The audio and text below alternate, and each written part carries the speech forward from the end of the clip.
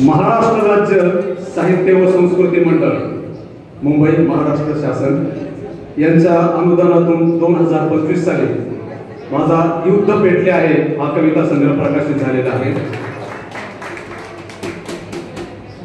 Doctor Shankarrao Kharat यांच्या पावन स्मृतीस doctor Babasaheb Ambedkar आणि शहीद आझम भगतसिंग यांच्या पावन स्मृतीस विनम्र अभिवादन करून ऊसतोड कामगारांचा जो जिल्हा म्हणून नाव आहे बीड जिल्ह्याचं त्याबद्दलच्या 4-5 ओळींची कविता आहे। फक्त साखर मी गुगलवर सर्च केलं की साखर कशी तयार होते।